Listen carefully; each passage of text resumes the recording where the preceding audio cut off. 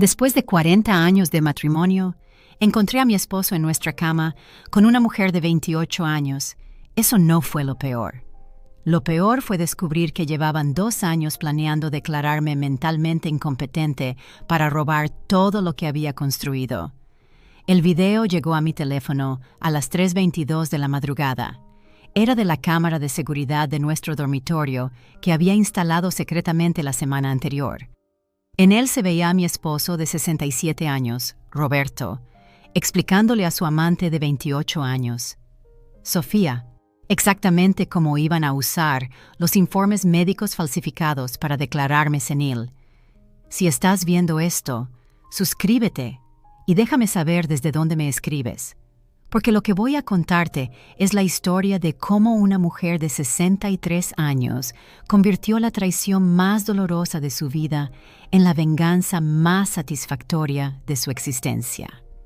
Mi nombre es María Elena Castillo de Herrera. Durante 40 años fui la esposa perfecta de Roberto Herrera, uno de los empresarios más respetados de Guadalajara. Durante 25 años manejé discretamente las finanzas familiares que convirtieron a Roberto de un vendedor de seguros en un multimillonario. Durante los últimos 3 años he sido la idiota que no se dio cuenta de que mi propio marido estaba planeando robarme todo lo que había ayudado a construir. Pero empecemos por el principio, por el día que debería haber sido la culminación de 4 décadas de amor, nuestro 40º aniversario de bodas. Roberto había insistido en una celebración íntima. Solo nosotros dos, mi amor, me había dicho. Como en los viejos tiempos. Qué romántico, pensé. Qué considerado de su parte querer revivir la intimidad de nuestros primeros años juntos. La realidad era que Roberto quería estar a solas conmigo para que firmara una serie de documentos que había preparado su nuevo abogado. Documentos que, según él, eran solo actualizaciones rutinarias de nuestros testamentos y poderes notariales. «Es solo una formalidad, Elena», me dijo mientras me pasaba las páginas para firmar. «Cosas que deberíamos haber actualizado hace años». Firmé sin leer completamente. Después de 40 años de matrimonio, ¿por qué desconfiaría de mi esposo? Esa fue mi primera equivocación. La segunda fue no darme cuenta de que Roberto había comenzado a documentar meticulosamente cada pequeño olvido mío, cada momento de confusión, cada vez que no recordaba dónde había puesto las llaves o el nombre de algún conocido distante. «Elena, mi amor», me decía con voz preocupada cada vez que no recordaba algo inmediatamente. «¿Estás segura de que te sientes bien? Has estado muy olvidadiza últimamente». Al principio pensé que era consideración. Roberto, notando los pequeños signos del envejecimiento que yo misma había empezado a observar. Después de todo, cumplir 60 años viene con ciertos cambios naturales en la memoria. Lo que no sabía era que Roberto estaba grabando estas conversaciones. Cada «¿estás segura?» y cada momento de duda mía estaba siendo documentado para construir un caso de deterioro mental progresivo. La tercera equivocación fue confiar en el doctor Ramírez cuando Roberto insistió en que necesitaba chequeos más regulares porque se preocupaba por mi salud. «Elena está teniendo algunos episodios de confusión», le decía Roberto al doctor mientras yo estaba sentada justo ahí. «Olvida conversaciones completas, se pierde manejando a lugares familiares. Estoy muy preocupado». Dr. Ramírez asentía comprensivamente y tomaba notas detalladas. Me hacía preguntas sobre mi memoria, mi concentración, mi capacidad para manejar las finanzas del hogar. Preguntas que parecían rutinarias, pero que ahora entiendo estaban diseñadas para generar respuestas que pudieran interpretarse como signos de demencia. «Señora Herrera», me decía Dr. Ramírez después de cada consulta, «es normal tener algunos cambios cognitivos a su edad, pero vamos a monitorear la situación de cerca». Roberto se veía tan aliviado después de cada visita. «Me siento mejor sabiendo que estás en buenas manos, mi amor». Durante meses este patrón continuó. Roberto documentando mis episodios, Dr. Ramírez tomando notas y yo sintiéndome cada vez más insegura sobre mi propia mente. ¿Realmente estaba olvidando cosas más frecuentemente? ¿Era normal sentirse tan confundida a veces? ¿Estaba Roberto siendo un esposo amoroso y atento o yo estaba volviéndome paranoica en mi vejez? La respuesta llegó de la manera más dolorosa posible. Había salido temprano de mi clase de pintura porque la instructora se había enfermado. Llegué a casa a las 2 p.m. en lugar de las 5 p.m. como era mi rutina habitual. La casa estaba en silencio, pero el auto de Roberto estaba en la entrada. Pensé que tal vez estaba tomando su siesta de la tarde, así que subí silenciosamente para no despertarlo. La puerta de nuestro dormitorio estaba entreabierta. Adentro, Roberto no estaba durmiendo. Estaba en nuestra cama con una mujer joven y hermosa que reconocí inmediatamente. Sofía Méndez, la asistente personal, que había contratado hace 6 meses para ayudar con su correspondencia comercial. Pero no era el acto sexual lo que me devastó. A los 63 años, ya no era ingenua sobre las infidelidades masculinas. Era la conversación que estaban teniendo después. ¿Cuánto tiempo más tenemos que esperar?, preguntaba Sofía. El doctor dice que necesitamos al menos 6 meses más de documentación médica, respondía Roberto. Elena tiene que parecer completamente incompetente antes de que podamos proceder con el proceso de tutela. ¿Y si sospecha algo? No sospechará nada. La he tenido tomando medicamentos para la ansiedad que también causan confusión y pérdida de memoria. Entre eso y las sesiones con Dr. Ramírez, tendremos todo lo que necesitamos para demostrar que no puede manejar sus propios asuntos. ¿Y después? Roberto se rió de una manera que me heló la sangre. Después, oficialmente me convierto en su tutor legal. Controlo todas las cuentas bancarias, todas las propiedades, todas las inversiones. Elena será declarada incompetente y será trasladada a una institución de cuidado donde puede vivir cómodamente con su demencia, mientras nosotros disfrutamos de los 200 millones de pesos que ella me ayudó a ganar durante todos estos años. ¿Y si se recupera? Si resulta que no tiene demencia después de todo. Sofía, mi amor, dijo Roberto, con una ternura que una vez había usado conmigo, una vez que alguien es declarado oficialmente incompetente, es muy difícil revertir esa decisión, especialmente cuando tienes los doctores correctos y los abogados correctos trabajando contigo. Me quedé paralizada en el pasillo durante lo que parecieron horas, pero probablemente fueron solo minutos. 40 años de matrimonio. 4 décadas de confianza, intimidad y construcción de una vida juntos. Todo había sido una mentira, o al menos los últimos años habían sido una mentira. Bajé las escaleras silenciosamente, salí de la casa y manejé sin rumbo durante 2 horas, tratando de procesar lo que había escuchado. Roberto y Sofía habían estado planeando robar mi vida. No solo mi dinero, mi vida entera. Mi identidad, mi autonomía, mi dignidad. Querían declararme loca y encerrarme mientras ellos vivían como una pareja joven y rica en la fortuna que yo había ayudado a construir. Pero Roberto había cometido un error crítico en su evaluación de su esposa de 63 años. Había asumido que era la misma mujer sumisa que había sido durante la mayoría de nuestro matrimonio.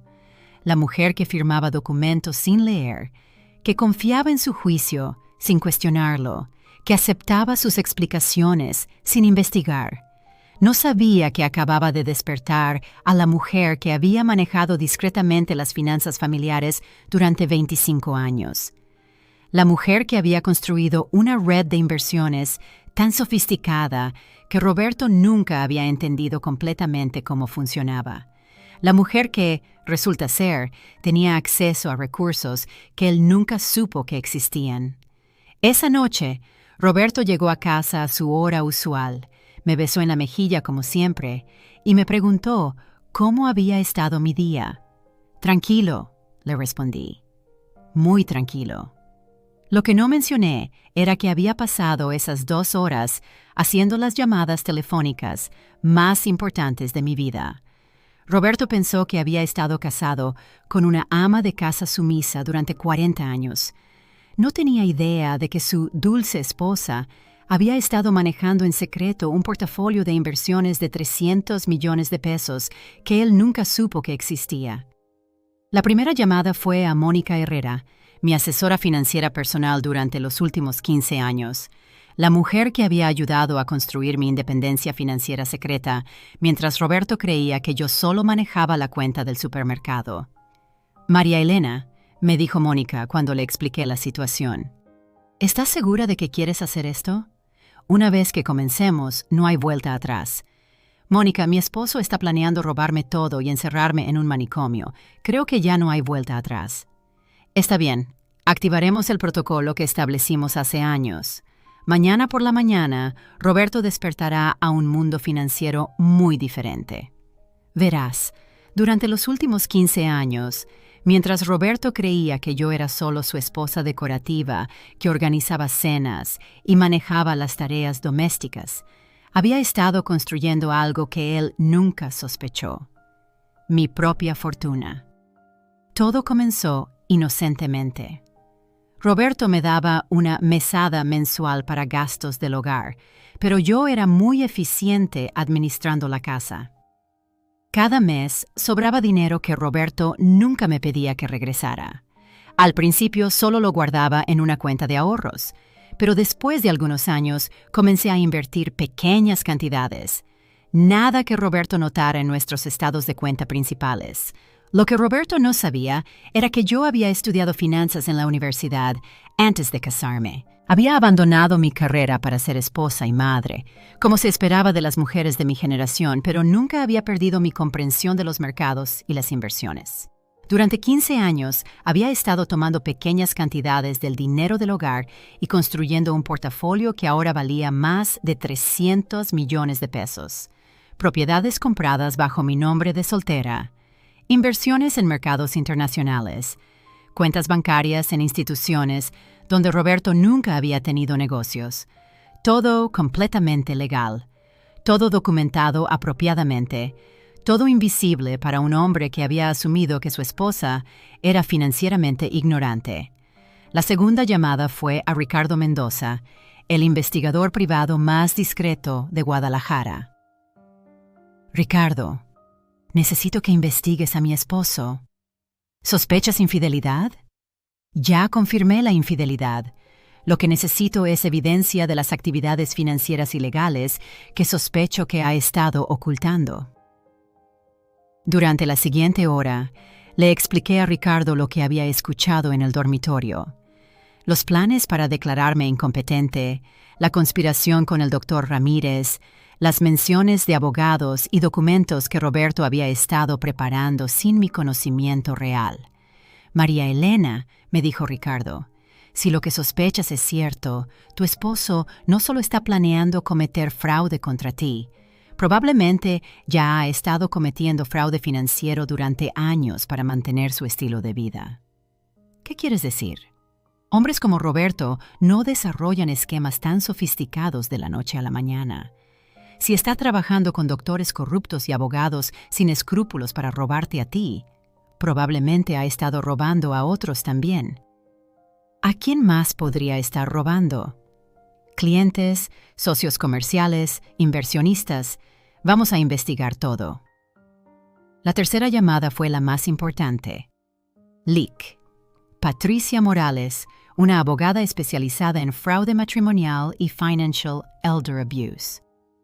Patricia, necesito tu ayuda. Y necesito absoluta discreción. Patricia había manejado el divorcio de 3 de mis amigas durante los últimos años. Era conocida por ser implacable en la protección de los derechos de las mujeres mayores que habían sido víctimas de manipulación financiera. Cuéntame todo, me dijo. Durante 2 horas le expliqué cada detalle de lo que había descubierto. Los medicamentos que Roberto me había estado dando, las visitas al doctor Ramírez, los documentos que me había hecho firmar sin leer completamente Y finalmente, la conversación que había escuchado entre él y Sofía. «María Elena», me dijo Patricia cuando terminé, «tu esposo no solo está planeando cometer elder abuse, ya lo está cometiendo. Drogar a tu cónyuge sin su conocimiento es envenenamiento. Falsificar documentos médicos para declararla incompetente es fraude, y conspirar para robar sus activos es theft by deception. ¿Qué podemos hacer? Podemos destruirlo completamente, pero necesito que entiendas algo. Si vamos por este camino, tu matrimonio se acabó. No hay reconciliación posible después de esto. Patricia, mi matrimonio se acabó en el momento en que mi esposo decidió drogarme y robar mi vida. Ahora solo estamos decidiendo si él sale de esto como un criminal convicto o simplemente como un hombre divorciado. Muy bien, entonces vamos a la guerra. El plan que Patricia, Mónica y Ricardo desarrollaron durante las siguientes 48 horas era elegante en su simplicidad.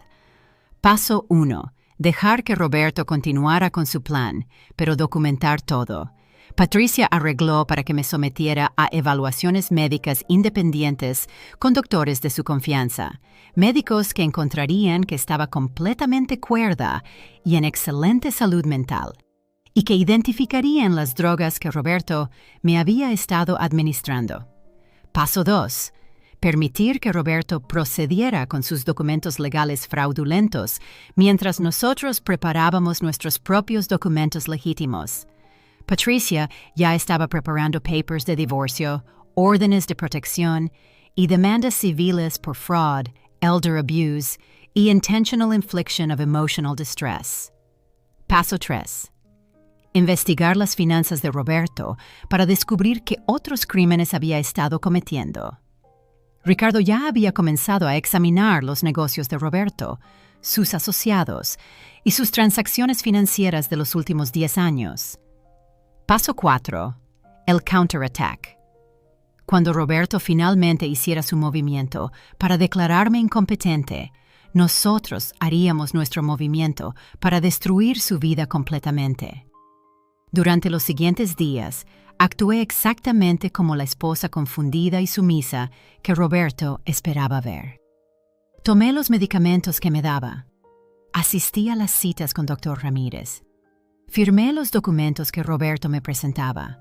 Pero ahora, cada medicamento que me daba era secretamente guardado en lugar de tomado. Cada cita con Dr. Ramírez era grabada con un dispositivo que Patricia me había dado. Cada documento que firmaba era fotografiado y analizado por abogados reales. Roberto se veía cada vez más confiado cada día. Me hablaba con esa voz condescendiente que usas con niños pequeños o personas con demencia. «Elena, mi amor», me decía cada mañana, «¿recuerdas que hoy tienes cita con el doctor?» «Sí, Roberto», respondía con voz confundida. «¿Pero por qué necesito tantas citas? Me siento bien». «Es solo para asegurarnos de que estés saludable, mi amor. El doctor está preocupado por tu memoria». ¿Mi memoria? Has estado olvidando cosas, Elena. Ayer no recordabas dónde habías puesto las llaves. Y la semana pasada olvidaste completamente que habíamos planeado cenar con los Martínez. Cosas que, por supuesto, nunca habían sucedido. Pero Roberto estaba construyendo una narrativa, creando una historia de decline mental que podría usar en court. Lo que Roberto no sabía era que cada una de estas conversaciones estaba siendo grabada. Una semana después de mi descubrimiento, Roberto finalmente hizo su move. «Elena», me dijo una mañana durante el desayuno, «Dr. Ramírez quiere verte para unos exámenes más extensos. Dice que está preocupado por tu condición». «¿Qué tipo de exámenes?» «Exámenes cognitivos, mi amor, para asegurarnos de que puedes continuar manejando tus propios asuntos». «¿Qué quieres decir?» Roberto tomó mis manos con esa expresión de preocupación que había perfeccionado durante meses. «Elena, el doctor piensa que tal vez necesitas ayuda manejando las finanzas y tomando decisiones importantes, solo hasta que te sientas mejor». «¿Tú vas a ayudarme?» «Por supuesto, mi amor, voy a cuidarte. Para eso están los esposos». Esa tarde, Roberto me llevó a una cita especial con Dr. Ramírez. Una cita donde estaban esperando no solo el doctor, sino también un abogado que no reconocí y una mujer que Roberto presentó como una especialista en casos como el tuyo. Señora Herrera, me dijo Dr. Ramírez, después de meses de evaluaciones, estoy preocupado por su capacidad para manejar sus asuntos personales de manera independiente. ¿Qué significa eso? El abogado habló. Significa que recomendamos que su esposo sea nombrado su tutor legal, para protegerla de decisiones financieras que podrían ser perjudiciales para su bienestar. Roberto apretó mi mano. Es solo temporal, Elena. Solo hasta que te sientas mejor. ¿Y si no quiero que Roberto maneje mis asuntos? Dr. Ramírez y el abogado intercambiaron miradas. Señora Herrera, dijo el doctor gentilmente, esa resistencia a la ayuda es otro síntoma de su condición. Pacientes con su diagnóstico frecuentemente no reconocen que necesitan asistencia. ¿Cuál es mi diagnóstico? Demencia de inicio temprano, con episodios de paranoia y confusion. Me quedé sentada en silencio durante varios minutos, actuando como si estuviera procesando esta información devastadora. Finalmente, hablé con voz pequeña y quebrada. ¿Esto significa que ya no puedo vivir sola? No sola, dijo Roberto rápidamente. Pero Dr. Ramírez conoce una excelente facility donde puedes recibir el cuidado que necesitas mientras yo manejo todo lo demás. ¿Vas a visitarme? Por supuesto, mi amor, todos los días. Mentiroso. El plan era encerrarme y vivir con Sofía en nuestra casa mientras administraba mi fortuna. Está bien, dije finalmente. Si tú y el doctor creen que es lo mejor... Roberto no pudo ocultar completamente su satisfacción. Después de meses de planning, su esposa finalmente había aceptado ser declarada incompetente. Lo que Roberto no sabía era que en ese momento exacto, Ricardo estaba en su oficina con una orden judicial, copiando todos sus archivos financieros. Y Patricia estaba en el juzgado, presentando demandas que convertirían los próximos días de Roberto en una pesadilla legal de la cual nunca se recuperaría. Esa noche, Roberto celebró su victoria con una cena especial, champán, velas, música romántica. «Estoy tan orgulloso de ti, Elena», me dijo. «Sé que esto es difícil, pero es lo correcto». «¿Cuándo tendré que irme?», pregunté con voz triste. «En unos días, Dr. Ramírez va a arreglar todo». «Roberto», le dije, ¿me prometes que vas a cuidar bien de todo mientras no esté? Te prometo que voy a cuidar de todo perfectamente. Sonreí. Estoy segura de que lo harás. Lo que Roberto no entendía era que acababa de prometerme en una grabación que iba a cuidar de todo, incluyendo activos que no sabía que existían y que estaban a punto de ser transferidos fuera de su alcance para siempre. Mañana sería el último día de Roberto Herrera como hombre libre. Roberto despertó esa mañana creyendo que era el día más exitoso de su vida. Para las 10:05 a.m., había descubierto que su esposa, senil, tenía más dinero que él, mejores abogados que él, y evidencia suficiente para enviarlo a prisión durante los próximos 20 años. A las 6:00 a.m., Roberto se levantó silbando, se duchó, se afeitó y se vistió con su mejor traje.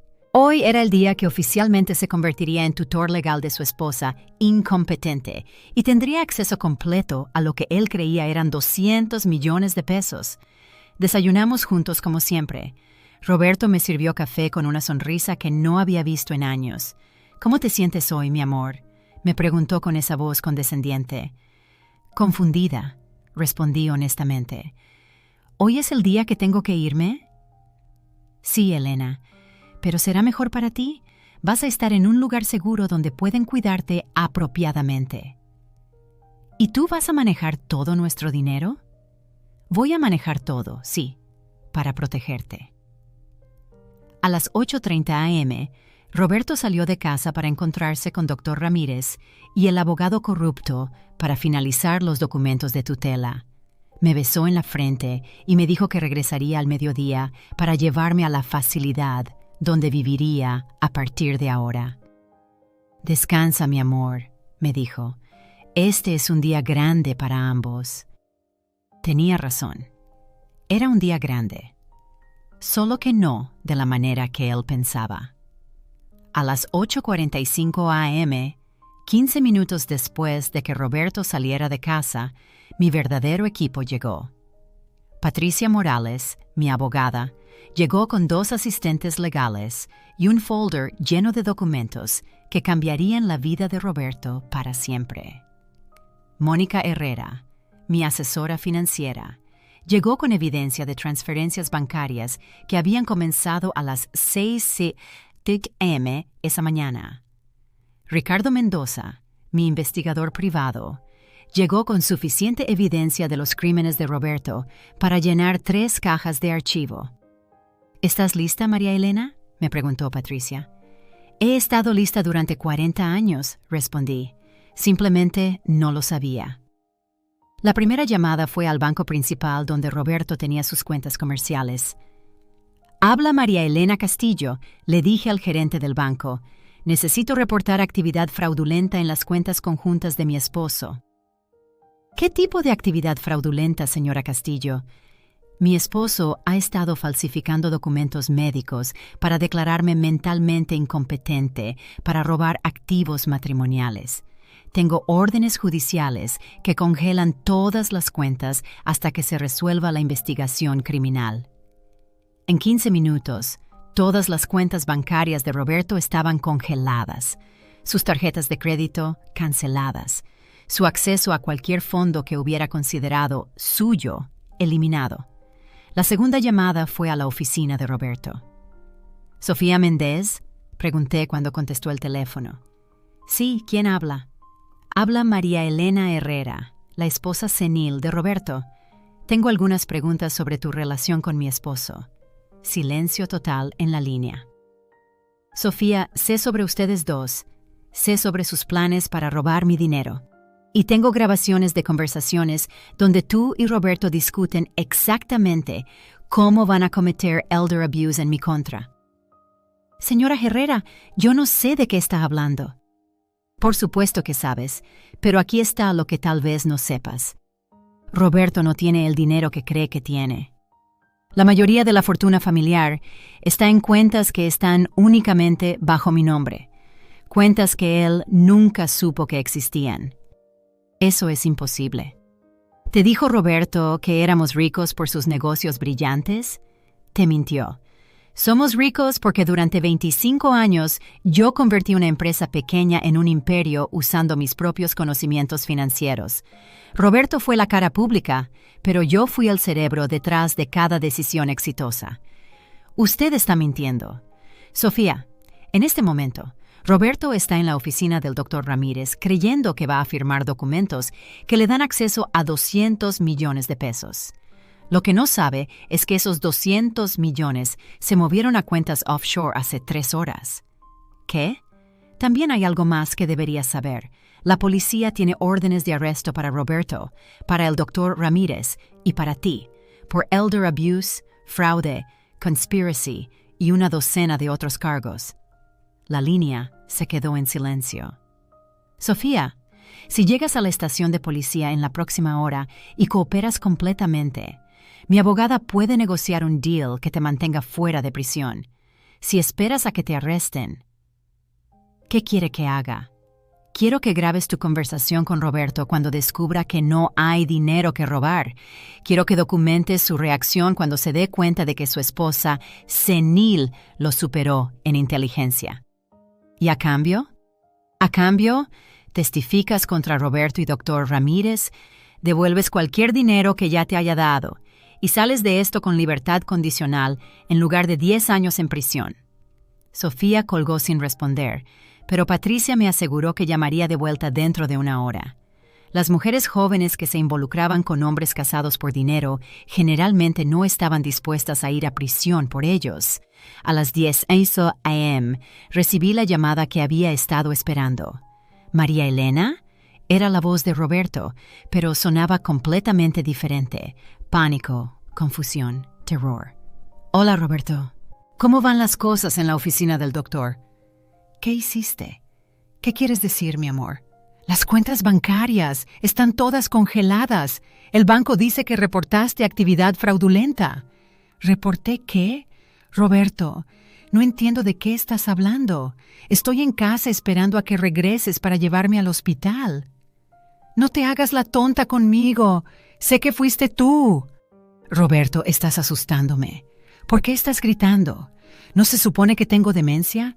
¿Cómo podría hacer algo tan complicado como congelar cuentas bancarias? El silencio en la línea me dijo que Roberto finalmente estaba comenzando a entender la magnitud de su error.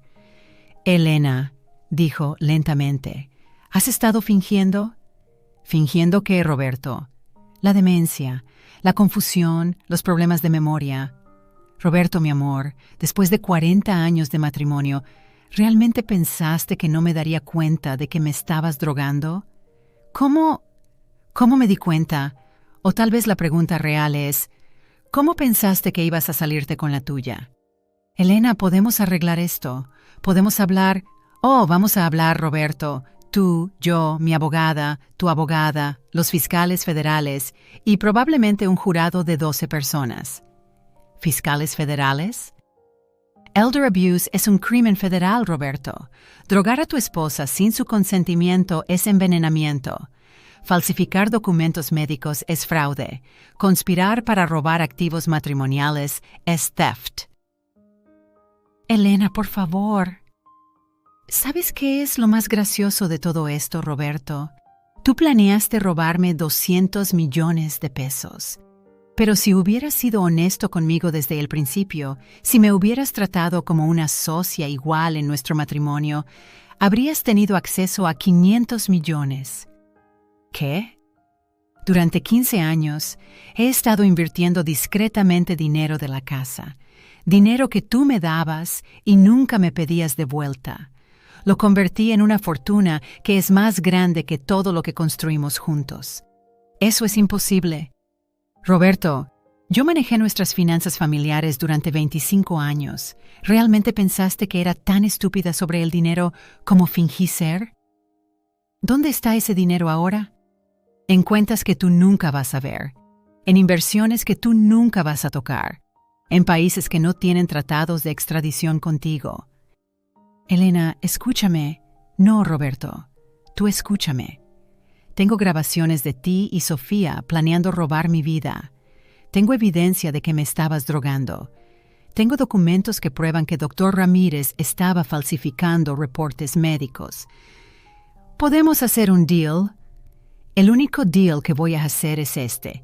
Te divorcias de mí sin pelear. Aceptas la división de activos que mi abogada propone y cooperas completamente con la investigación criminal. Y a cambio, no busco la sentencia máxima por elder abuse.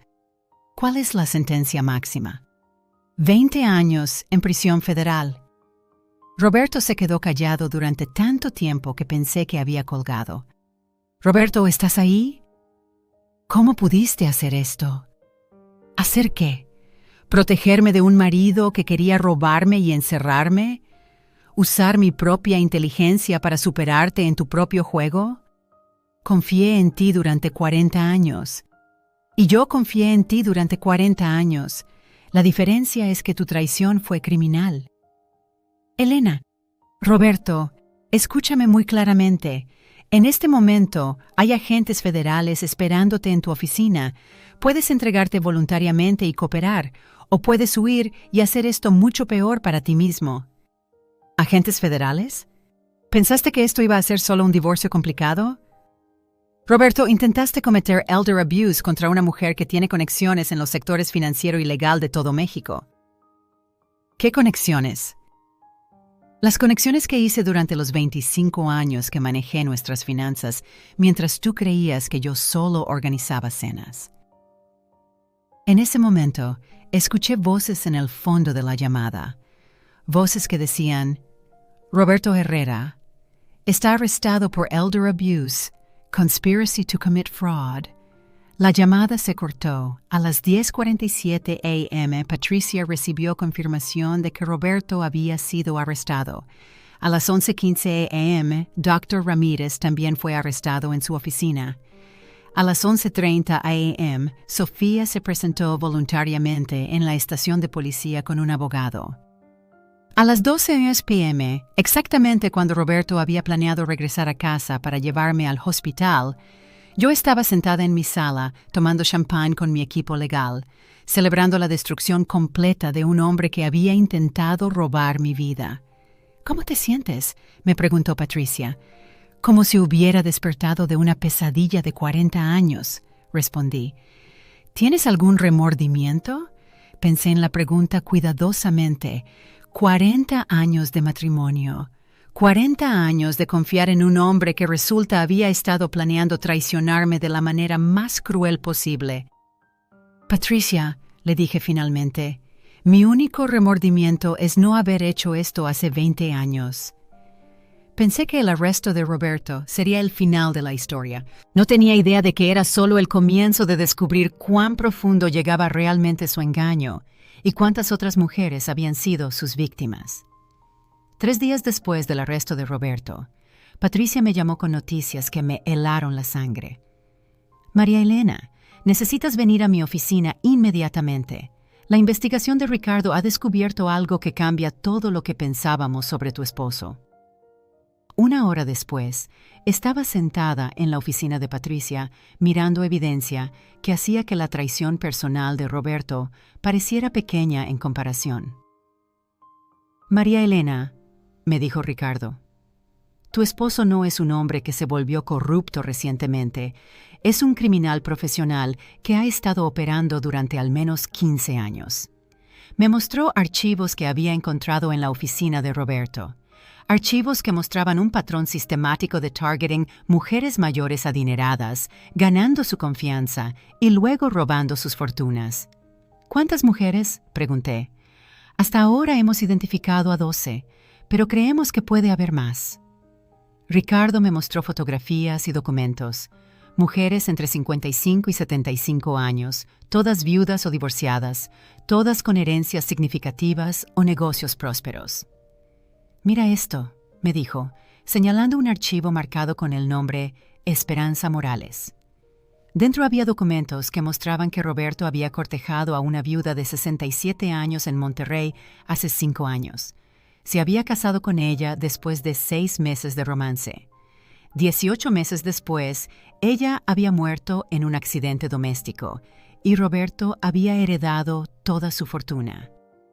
¿Estás sugiriendo que Roberto mató a esta mujer? Estamos sugiriendo que Roberto tiene un patrón muy específico. Se casa con mujeres mayores adineradas, las aísla de sus familias, toma control de sus finanzas y luego... ¿Y luego qué? Patricia habló. Luego encuentran maneras de que sus esposas mueran en circunstancias que parecen naturales o accidentales. ¿Pero yo sigo viva? Porque eres diferente, explicó Ricardo. Las otras mujeres no tenían familias cercanas o estaban completamente aisladas. Tú tienes amigos, conexiones sociales, gente que notaría si desaparecieras. Roberto necesitaba un método diferente contigo. El plan de declararme incompetente era perfecto. Te mantendría viva pero completamente bajo su control. Y si eventualmente murieras en la institución de cuidado, parecería natural dado tu condición mental deteriorada. Me quedé sentada en silencio, procesando la magnitud de lo que había descubierto. No había estado casada con un marido infiel. Había estado casada con un asesino en serie. ¿Las autoridades saben sobre esto? Ahora sí, dijo Patricia. La investigación se ha expandido para incluir las muertes de todas estas mujeres. Roberto va a enfrentar cargos mucho más serios que elder abuse. ¿Qué tipo de cargos? Murder in the first degree, multiple counts. Durante las siguientes semanas la historia se volvió nacional. Los medios la llamaron el caso del viudo negro de Guadalajara. Roberto Herrera, el respetado empresario que había estado asesinando esposas adineradas durante más de una década. Pero lo que más me impactó no fueron los titulares, fueron las llamadas. llamadas de mujeres de toda la República que habían conocido a Roberto, mujeres que habían salido con él brevemente antes de que perdiera interés, mujeres que habían encontrado algo extraño en su comportamiento, pero no habían podido identificar qué. Una llamada en particular me cambió para siempre. Señora Herrera, habla Carmen Vázquez de México DF. Vi su historia en las noticias. ¿Cómo puedo ayudarla, Carmen? Conocí a su esposo hace 3 años. Me cortejó durante meses. Pensé que estaba enamorado de mí, pero después de algunas semanas comenzó a hacer preguntas extrañas sobre mis finanzas, mi familia, mi salud. ¿Qué tipo de preguntas? Si tenía hijos, si mis padres seguían vivos, si alguien dependía de mí económicamente. Cuando le dije que tenía 2 hijos adultos que vivían cerca y que hablaba con ellos todos los días, perdió interés inmediatamente. ¿Por qué me está llamando ahora? Porque después de que terminamos, seguí viendo su auto ocasionalmente, en el estacionamiento de un centro comercial donde yo hacía compras, afuera de mi oficina, una vez incluso en mi vecindario. ¿La estaba siguiendo? Eso pensé, pero cuando lo confronté, dijo que era coincidencia. Pero señora Herrera, tengo la sensación de que estaba esperando. ¿Esperando qué? Esperando a que mis hijos se mudaran, esperando a que me aislara más, esperando a que fuera vulnerable. Carmen no fue la única. Durante las siguientes semanas recibí más de 20 llamadas similares, mujeres que Roberto había evaluado como posibles víctimas, pero que no habían cumplido sus criterios de vulnerabilidad. El patrón era escalofriante en su precisión. Roberto buscaba mujeres adineradas entre 55 y 75 años que estuvieran emocional y socialmente aisladas, sin hijos cercanos, sin familia extendida, sin redes sociales fuertes. Yo había sido una excepción porque cuando Roberto me conoció hace 40 años, yo era joven y no había desarrollado todavía la riqueza que él eventualmente querría robar.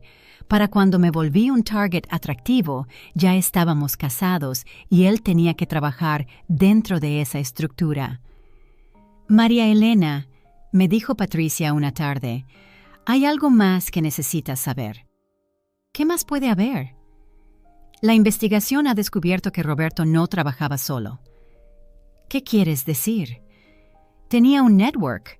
Otros hombres que operaban de manera similar en diferentes ciudades, se pasaban información sobre mujeres vulnerables, compartían técnicas, incluso se referían víctimas entre ellos. ¿Una red organizada? Sí. Y María Elena, hay algo sobre Dr. Ramírez que necesitas saber. ¿Qué? Dr. Ramírez no fue el primer médico corrupto que Roberto usó. Ha estado trabajando con diferentes doctores en diferentes ciudades durante años. Doctores que falsifican certificados de defunción, que diagnostican enfermedades inexistentes, que prescriben medicamentos innecesarios. ¿Cuántos doctores? Al menos 8 que hemos identificado hasta ahora. La magnitud de la operación era abrumadora. No era solo Roberto robando y matando mujeres, era toda una organización dedicada a explotar y eliminar mujeres mayores adineradas. ¿Qué va a pasar con todos ellos? Van a ser arrestados y juzgados. Pero María Elena, esto va a ser un proceso largo. Años de investigaciones, juicios, apelaciones. ¿Y yo? Tú vas a ser la witness principal en múltiples casos. Tu evidencia, tu testimonio, la manera en que documentaste todo, va a ser crucial para enviar a estos hombres a prisión de por vida. Esa noche, sentada en mi casa por primera vez en semanas, reflexioné sobre todo lo que había descubierto. Durante 40 años había estado casada con un monstruo. Un hombre que había asesinado al menos a 12 mujeres y que había estado planeando convertirme en la número 13. Pero también había algo más perturbador. Durante todas esas décadas, había estado viviendo en un mundo donde hombres como Roberto operaban libremente, targeting mujeres como yo, y generalmente saliendo impunes porque sus víctimas no tenían voces para defenderse. Las mujeres que Roberto había matado no habían tenido mi educación financiera, mis conexiones, mi red de apoyo profesional. Habían sido vulnerables de maneras que yo no lo había sido, y esa vulnerabilidad las había costado la vida. Mi teléfono sonó. Era Patricia. María Elena, acabo de recibir una llamada de la fiscal federal. Quieren saber si estarías dispuesta a trabajar con ellos como consultora. ¿Qué tipo de consultoría? Ayudar a identificar otras redes similares, usar tu experiencia para entrenar a investigadores sobre cómo detectar este tipo de fraud matrimonial y elder abuse. ¿Por qué yo? Porque eres la única mujer que ha sobrevivido a Roberto, con evidencia suficiente para destruirlo. Porque entiendes tanto la psicología del perpetrador como la vulnerabilidad de las víctimas, y porque tienes las habilidades financieras y legales para ayudar a desmantelar estas operaciones. Pensé en las 12 mujeres que Roberto había matado, mujeres que nunca tendrían la oportunidad de obtener justicia, de reconstruir sus vidas, de contar sus historias. Pensé en las 20 mujeres que me habían llamado, que habían escapado de Roberto por coincidencia o suerte. Y pensé en las mujeres que en este momento podrían estar siendo targeted por hombres como Roberto en ciudades de todo México. Patricia, le dije, acepto. ¿Estás segura? Va a ser un compromiso serio. Años de trabajo, casos difíciles, testimonios traumáticos. Estoy segura. Roberto me robó 40 años de mi vida haciéndome creer que era amada cuando en realidad era targeted. La mejor manera de recuperar esos años es usar lo que aprendí para salvar a otras mujeres. Muy bien, mañana comenzamos. Mientras colgaba el teléfono miré alrededor de mi casa. La casa donde había vivido con un asesino durante 4 décadas sin darme cuenta. La casa donde había estado planeando mi propia muerte mientras yo preparaba la cena. Pero también la casa donde había encontrado mi fuerza, donde había planeado mi contraataque, donde había demostrado que una mujer de 63 años podía ser más inteligente, más astuta y más poderosa que el criminal que había intentado destruirla. Mañana comenzaría una nueva vida. No como víctima de Roberto, sino como cazadora de hombres como Roberto, y tenía 40 años de rabia acumulada para alimentar esa misión. 6 meses después de convertirme en consultora federal, había ayudado a identificar 3 redes criminales similares y a salvar a 23 mujeres que estaban siendo targeted. Pero el caso que cambiaría mi vida para siempre llegó un martes por la mañana, cuando una mujer de 59 años me llamó desde Puebla, diciendo que creía que su nuevo esposo estaba tratando de matarla. Mi nueva oficina en el edificio federal de Ciudad de México se había convertido en el centro de operaciones para lo que las autoridades ahora llamaban Operación Viuda Negra. En las paredes había mapas que mostraban ubicaciones de networks criminales identificados, fotografías de perpetradores arrestados y una lista creciente de víctimas cuyas muertes estaban siendo reinvestigadas. María Elena, me dijo la agente especial Carmen Morales durante nuestra reunión matutina, tenemos una situación urgente en Puebla. Me mostró un archivo que me resultó dolorosamente familiar. Esperanza Jiménez, 59 años, viuda desde hace 2 años. Se casó hace 6 meses con un hombre llamado Eduardo Vargas. En las últimas semanas ha comenzado a experimentar síntomas similares a los que tú experimentaste. Leí el reporte. Episodios de confusión, pérdida de memoria, visitas frecuentes a un médico que recomendaba evaluaciones cognitivas y un esposo preocupado que había comenzado a documentar su deterioro mental. ¿Cuándo empezaron los síntomas? 2 semanas después de que firmó documentos actualizando su testamento y powers of attorney. Es él, dije inmediatamente. Es el mismo patrón exacto. Esperanza nos llamó ayer por la noche. Había encontrado tu historia en Internet y reconoció las similitudes. Dice que su instinto le dice que algo está muy mal, pero que su esposo y el doctor la han convencido de que está enferma. ¿Dónde está ahora? En su casa en Puebla. Pero María Elena, si estás en lo correcto y Eduardo está siguiendo el mismo playbook que Roberto, entonces Esperanza podría estar muerta en cuestión de semanas. 1 hora después, estaba en un avión hacia Puebla con un equipo completo de investigación federal. Esta sería la primera vez que intervendríamos en un caso activo en lugar de investigar crímenes ya cometidos. Esperanza Jiménez me esperaba en un café discreto en el centro de Puebla. Era una mujer elegante con ojos inteligentes que parecían perdidos y confundidos. «Señora Herrera», me dijo cuando me senté, «gracias por venir. No sabía a quién más llamar». «Cuénteme todo desde el principio, Esperanza, y no omita ningún detalle, por pequeño que parezca». Durante la siguiente hora, Esperanza me contó una historia que era prácticamente idéntica a la mía. Eduardo había aparecido en su vida justo cuando estaba más vulnerable después de la muerte de su esposo. Había sido encantador, atento, comprensivo. El romance había sido perfecto. ¿Cómo se conocieron? En el funeral de mi esposo. Eduardo dijo que había conocido a mi marido en negocios años antes y que quería presentar sus respetos. ¿Verificó esa historia? No. Eduardo sabía tantos detalles sobre los negocios de mi esposo que asumí que era verdad. ¿Qué tipo de detalles?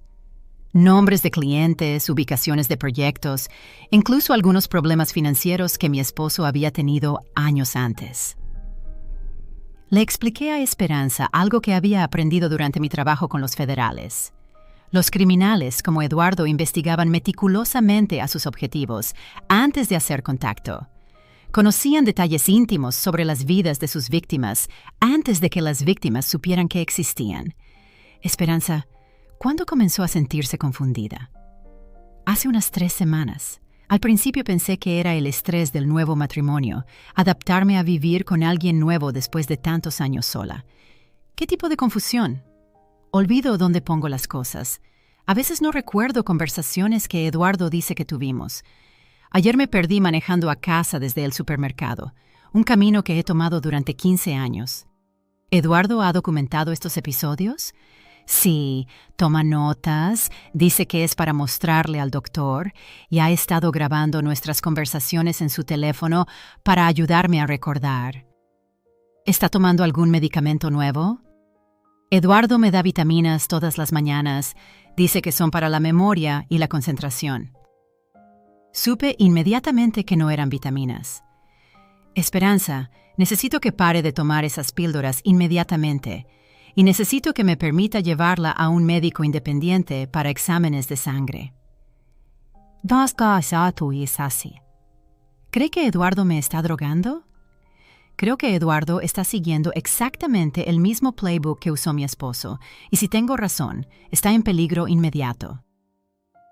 Esa tarde llevé a Esperanza a un laboratorio médico donde técnicos federales tomaron muestras de sangre y de las vitaminas que Eduardo le había estado dando. Los resultados confirmaron mis peores temores. Las píldoras contenían una combinación de sedantes y drogas que causan confusión y pérdida de memoria. Esperanza tenía niveles significativos de estas sustancias en su sistema. Esperanza, le dije cuando recibimos los resultados, Eduardo la está envenenando sistemáticamente. ¿Por qué?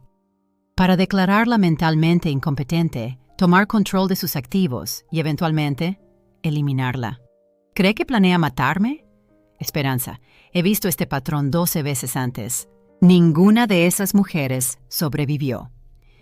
Esa noche, desarrollamos un plan similar al que había usado contra Roberto, pero adaptado para las circunstancias específicas de Esperanza. En lugar de confrontar a Eduardo directamente, íbamos a permitir que continuara con su plan mientras documentábamos todo y construíamos un caso legal hermético. Esperanza, esto va a requerir que actúe como si siguiera confundida mientras secretamente recolectamos evidencia. ¿Puedo hacerlo? Puede y debe hacerlo. Su vida depende de ello. Durante los siguientes días, Esperanza siguió tomando las vitaminas que Eduardo le daba, pero las escupía secretamente después de que él se iba. Asistía a citas con el médico corrupto, pero llevaba un dispositivo de grabación oculto. Firmaba documentos que Eduardo le presentaba, pero los fotografiaba para que nuestro equipo legal los analizara. El patrón era exactamente el mismo que Roberto había usado conmigo. Eduardo estaba construyendo un caso para la incompetencia mental de Esperanza mientras preparaba documentos que le darían control total sobre sus activos. Pero había algo diferente en este caso, algo que nos tomó por sorpresa. María Elena, me dijo la agente Morales después de 3 días de vigilancia, Eduardo no está trabajando solo. ¿Qué quiere decir?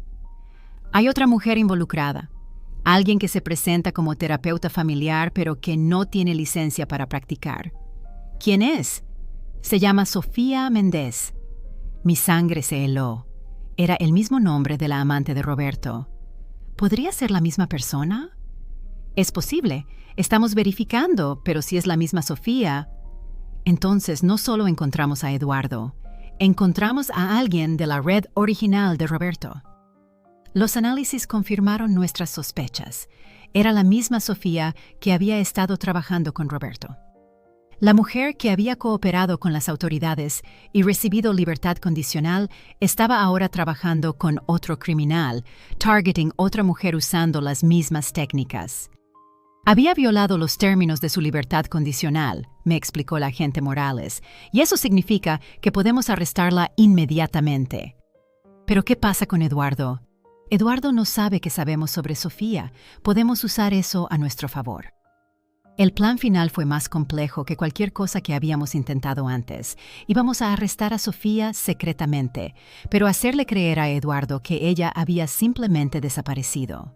Su pánico por la pérdida de su partner lo haría actuar de manera precipitada, cometiendo errores que nos darían la evidencia adicional que necesitábamos. Esperanza, le dije la noche antes de que ejecutáramos el plan. Mañana todo esto termina. ¿Está lista? María Elena, ¿puedo hacerle una pregunta? Por supuesto. ¿Cómo supo que era lo suficientemente fuerte para sobrevivir esto? Pensé en su pregunta cuidadosamente. Esperanza, no sabía si era lo suficientemente fuerte. Lo que sabía era que no tenía otra opción.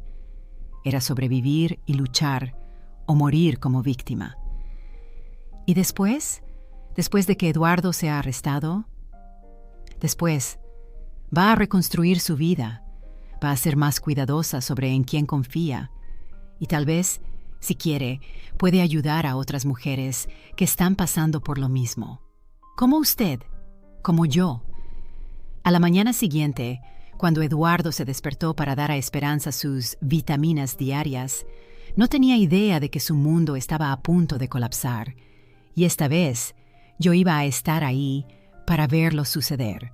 Eduardo despertó esa mañana planeando darle a Esperanza la dosis final de drogas que la llevaría al hospital para su evaluación psiquiátrica definitiva. No sabía que Sofía había sido arrestada a las 5 a.m., ni que cada movimiento que haría ese día estaba siendo monitoreado por agentes federales. A las 7:30 a.m., desde mi posición en la casa segura a 2 cuadras de la residencia de Esperanza, observé a Eduardo salir a comprar periódicos como hacía cada mañana. Era un hombre meticuloso en sus rutinas, algo que facilitaba nuestro trabajo de vigilancia. María Elena, me dijo la agente Morales a través del comunicador, Sofía fue arrestada sin incidentes. Eduardo no sabe que ella no regresó a casa anoche. ¿Cuánto tiempo antes de que se dé cuenta? Sofía tenía programado llamarlo a las 9 a.m. para coordinar la intervención médica de hoy. Cuando no reciba esa llamada, entrará en pánico. Exactamente, y ahí es cuando cometerá los errores que necesitamos. A las 8 a.m., Eduardo regresó a casa con los periódicos y el desayuno que había comprado para Esperanza. Desde las cámaras ocultas que habíamos instalado, lo observé preparar el café de Esperanza con la dosis extra de sedantes que planeaba darle. «Buenos días, mi amor», le dijo a Esperanza cuando ella bajó a desayunar. «¿Cómo te sientes hoy?» «Confundida», respondió Esperanza, actuando perfectamente su papel. «Anoche soñé cosas extrañas. No recuerdo si realmente sucedieron o si fueron solo sueños». «¿Qué tipo de cosas?» «Soñé que había gente en la casa, voces que no reconocía. ¿Tuvimos visitas ayer?» Eduardo se tensó visiblemente. Esperanza estaba improvisando brillantemente, haciendo que Eduardo se preguntara si de alguna manera había detectado la presencia de nuestro equipo de vigilancia. «No, mi amor», le dijo, pero pude ver la preocupación en sus ojos. «No tuvimos visitas. Probablemente fueron efectos de tu medicación». «¿Mi medicación?» «Las vitaminas que te doy para la memoria. A veces pueden causar sueños vívidos». Esperanza tomó el café que Eduardo le había preparado, pero como habíamos practicado, fingió beberlo mientras secretamente lo derramaba en una planta cercana. A las 9:15 a.m., el teléfono de Eduardo sonó. Lo vi revisar la pantalla y fruncir el ceño. «¿Quién es?», preguntó Esperanza. «Nadie importante», respondió Eduardo, pero no contestó la llamada. Era Sofía, llamando desde la custodia federal bajo la supervisión de nuestros agentes. El plan era que hiciera esa llamada para establecer que Eduardo esperaba tener contacto con ella a esa hora. A las 9:30 a.m., Eduardo intentó llamar a Sofía. La llamada fue directamente al buzón de voz. A las 9:45 a.m. lo intentó de nuevo. A las 10 a.m., Eduardo estaba claramente nervioso. «¿Estás bien?», le preguntó Esperanza. «Estoy bien, solo preocupado por ti. Creo que deberíamos ir al hospital hoy para más exámenes». «¿Qué tipo de exámenes?» «Dr. Hernández quiere hacer una evaluación más completa de tu condición mental».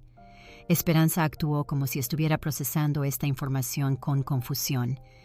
«¿Mi condición mental? ¿Estoy loca?» «No estás loca, mi amor. Solo necesitas ayuda. Y yo voy a asegurarme de que recibas la mejor atención posible».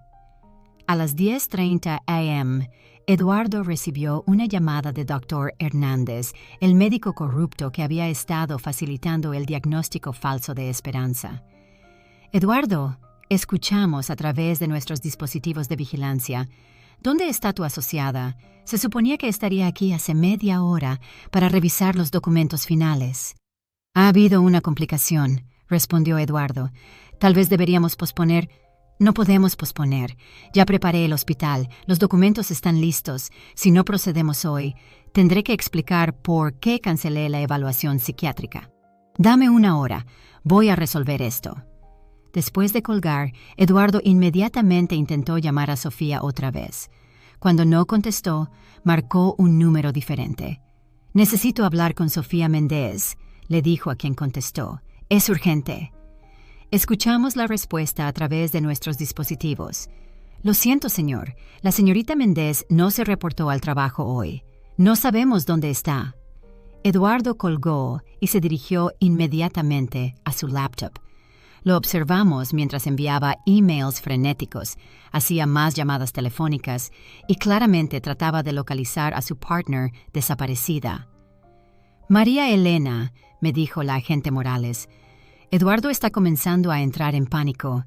Es hora de aplicar más presión». La siguiente fase del plan involucró hacer que Eduardo creyera que no solo Sofía había desaparecido, sino que alguien estaba investigando sus actividades. A las 11:06 a.m., un agente disfrazado como empleado del banco llamó a Eduardo. «Señor Vargas, habla el Banco Nacional. Tenemos algunas preguntas sobre las transferencias recientes en las cuentas de su esposa». «¿Qué tipo de preguntas?» «Transferencias que requieren autorización de ambos titulares, pero que solo muestran su firma. Necesitamos verificar que su esposa realmente autorizó estos movimientos». «Mi esposa tiene problemas de memoria. Yo manejo sus asuntos financieros». «Entendemos, señor, pero necesitamos documentación legal que lo autorice a actuar en su nombre». «Tengo power of attorney». «Necesitamos revisar esos documentos. ¿Podría venir al banco esta tarde?» Eduardo colgó visiblemente agitado. Durante los siguientes minutos, lo observamos revisar frenéticamente archivos, claramente buscando documentos que necesitaría para justificar sus actividades financieras. A las 11:30 a.m., Eduardo tomó una decisión que sería su perdición. «Esperanza», le dijo, «necesitamos irnos de la ciudad por unos días». «¿Por qué?» Hay algunos problemas con mis negocios. Necesito resolverlos. Y creo que sería mejor si no estás aquí mientras lo hago. ¿A dónde vamos? A la casa de mi hermana en Veracruz. Solo por una semana. Esperanza actuó confundida, pero aceptó. ¿Necesito empacar? No te preocupes por empacar. Compraremos lo que necesites allá. Era exactamente lo que habíamos esperado. Eduardo estaba tan desesperado por escapar de la situación que había decidido huir con Esperanza, probablemente planeando perderla durante el viaje. «Agente Morales», dije por el comunicador, «Eduardo está planeando huir con Esperanza. Necesitamos intervenir ahora». «Entendido. Equipos en posición». A las 2:60 p.m., Eduardo y Esperanza salieron de la casa dirigiéndose hacia el auto de Eduardo. Esperanza llevaba solo su bolsa de mano, siguiendo las instrucciones de Eduardo de no empacar. Eduardo había cargado el auto con una maleta que había empacado rápidamente y llevaba una carpeta con documentos que claramente consideraba esenciales. Cuando Eduardo se dirigía hacia la autopista que llevaba hacia Veracruz, 3 autos federales lo interceptaron. «Eduardo Vargas», anunció la agente Morales a través de un megáfono. «Pare el vehículo inmediatamente. Está bajo arresto». Vi a Eduardo mirar por los espejos, evaluar sus opciones y claramente considerar intentar escapar.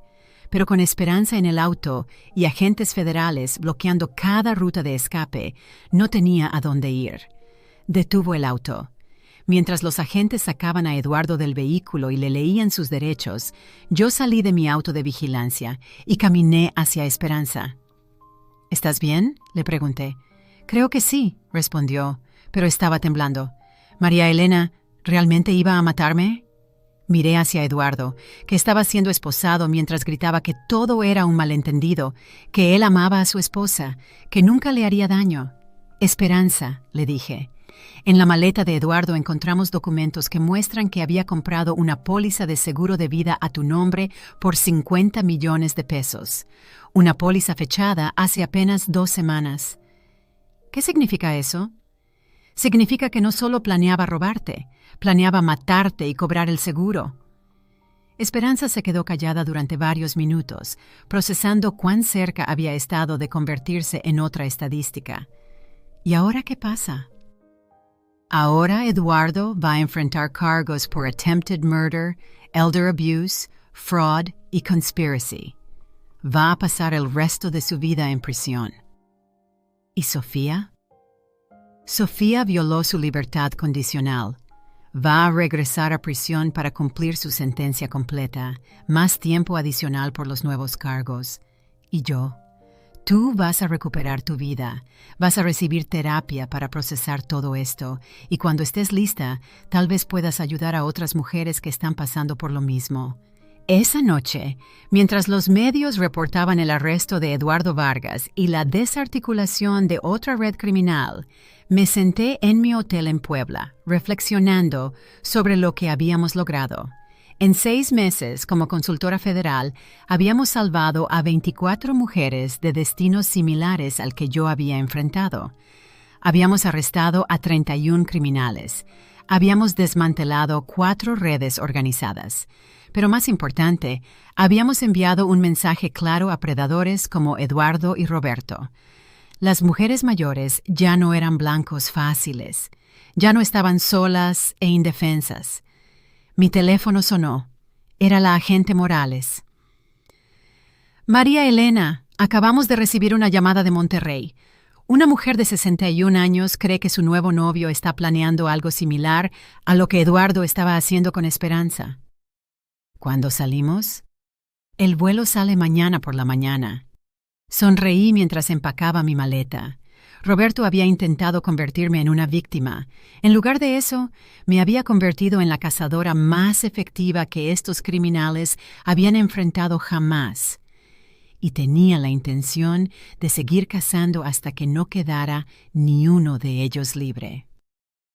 3 años después del arresto de Roberto, he trabajado en 47 casos y ayudado a salvar a 89 mujeres de destinos similares al que yo enfrenté.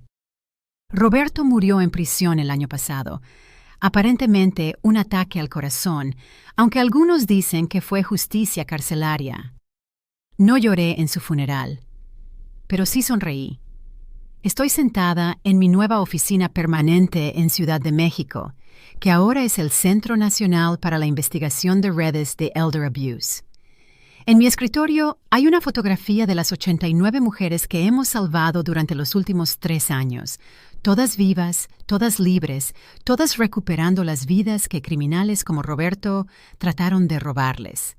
El caso de Monterrey, que habíamos recibido esa noche en Puebla, resultó ser el último eslabón en la cadena. El nuevo novio, de 61 años en Monterrey, no solo estaba planeando robar a su víctima, era el hermano menor de Roberto, siguiendo exactamente el mismo manual que su hermano había perfeccionado. Su arresto llevó al descubrimiento de una operación familiar que había estado funcionando durante 2 generaciones. El padre de Roberto había comenzado la tradición, targeting viudas adineradas en los años 80. Roberto había expandido el negocio, y el hermano menor había estado aprendiendo las técnicas durante años. Cuando finalmente desmantelamos toda la red familiar, habíamos arrestado a 12 miembros de la familia Herrera y a más de 50 asociados en 6 estados de México. La Operación Viuda Negra se convirtió en el caso de Elder Abuse más grande en la historia de América Latina. Pero los números no son lo que más me importa. Lo que me importa son las cartas. Cartas de Esperanza Jiménez, que ahora dirige un grupo de apoyo para sobrevivientes de abuso matrimonial en Puebla. Cartas de Carmen Vázquez de México DF, que se convirtió en activista después de casi ser víctima de la red. Cartas de docenas de mujeres que aprendieron a confiar en sus instintos, a hacer preguntas difíciles, a protegerse de predadores que veían sus recursos como oportunidades y sus vulnerabilidades como ventajas. El gobierno mexicano estableció oficialmente el Protocolo Herrera, un conjunto de procedimientos que requieren investigaciones automáticas cuando mujeres mayores de 55 años son diagnosticadas súbitamente con demencia, especialmente si han casado recientemente o han hecho cambios significativos en sus testamentos. El protocolo ha prevenido al menos 200 casos adicionales de elder abuse en los últimos 2 años. Pero mi logro más importante no está en las estadísticas oficiales. Hace 6 meses recibí una llamada de una mujer de 58 años en Guadalajara. Señora Herrera, me dijo, mi nombre es Ana Castillo. Conocí a un hombre muy encantador hace 3 meses. Me está cortejando, pero algo sobre él me parece familiar. ¿Familiar cómo? Me recuerda a las historias que he leído sobre su caso, las preguntas que hace, la manera en que se interesa tanto en mis finanzas, cómo insiste en que no necesito familia o amigos cuando lo tengo a él. ¿Cómo se llama? Eduardo Morales. Dice que es viudo, que está buscando una segunda oportunidad en el amor. Investigamos a Eduardo Morales. Resultó ser un cousin lejano de Roberto, que había estado observando nuestros casos durante años, aprendiendo de los errores de sus parientes arrestados, desarrollando técnicas más sofisticadas. Lo arrestamos antes de que pudiera hacer daño a Ana o a cualquier otra mujer. «Señora Herrera», me dijo Ana cuando le informamos del arresto, «¿cómo puedo agradecerle?» «No me agradezca a mí», le respondí. «Agradézcale a su instinto. Usted sabía que algo estaba mal y actuó en consecuencia. Eso es lo que salvó su vida. Pero ¿cómo sabía que podía confiar en su instinto? Porque había leído sobre mujeres como usted que habían enfrentado situaciones similares. Porque sabía que no estaba sola. Esa es la verdadera victoria. No solo arrestar a criminales después de que cometen sus crímenes, sino empoderar a mujeres para que reconozcan las señales de peligro antes de convertirse en víctimas. El año pasado, el Congreso Nacional aprobó la Ley María Elena, que requiere que todas las mujeres mayores de 50 años reciban información sobre elder abuse como parte de sus chequeos médicos anuales.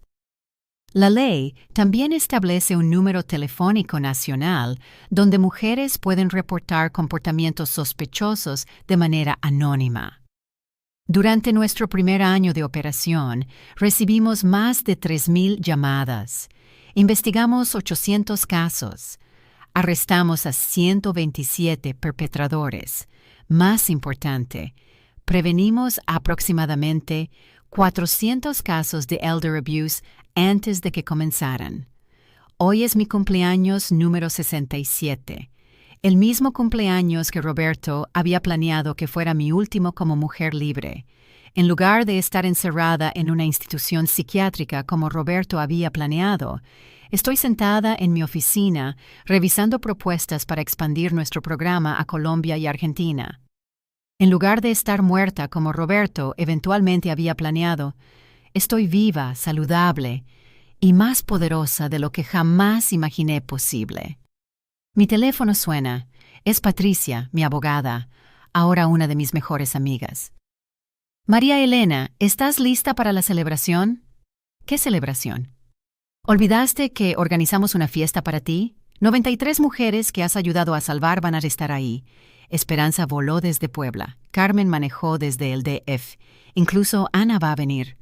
Patricia, no necesito una fiesta. María Elena, durante 40 años nadie celebró apropiadamente tu cumpleaños. Es hora de compensar esos años perdidos. Esa noche, en un salón lleno de mujeres que habían sobrevivido a hombres como Roberto, finalmente entendí algo que me había tomado 67 años aprender. La familia real no es la que naces, es la que construyes a través de experiencias compartidas, supervivencia mutua y el compromiso de protegerse unas a otras. Roberto había intentado aislarme, hacerme creer que estaba sola, que no tenía valor fuera de lo que él podía tomar de mí. En cambio, había creado una familia de sobrevivientes que era más grande, más fuerte y más leal que cualquier familia de sangre que hubiera conocido. Mientras las mujeres compartían sus historias esa noche, cómo habían reconocido las señales de peligro, cómo habían encontrado el valor para pedir ayuda, cómo habían reconstruido sus vidas después del trauma, me di cuenta de que Roberto me había dado el regalo más valioso posible sin saberlo.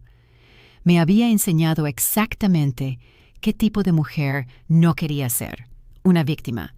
Y al rechazar ser su víctima, me había convertido en algo que él nunca podría haber imaginado, su némesis. Esta noche, mujeres de toda la República pueden dormir un poco más seguras porque hombres como Roberto saben que ya no pueden operar en las sombras, saben que hay una red de mujeres vigilando, investigando, protegiendo, saben que si intentan victimizar a una de nosotras, tendrán que enfrentarse a todas nosotras. Y eso, después de todo, es la mejor venganza posible. No es solo sobrevivir a tu abusador, es asegurarte de que ninguna otra mujer tenga que sobrevivir a uno como él. Gracias por escuchar mi historia. Si esta historia te ayudó de alguna manera, compártela. Tu voz importa. Y recuerda, confía en tus instintos. Si algo se siente mal, probablemente lo está. No estás sola. Fin.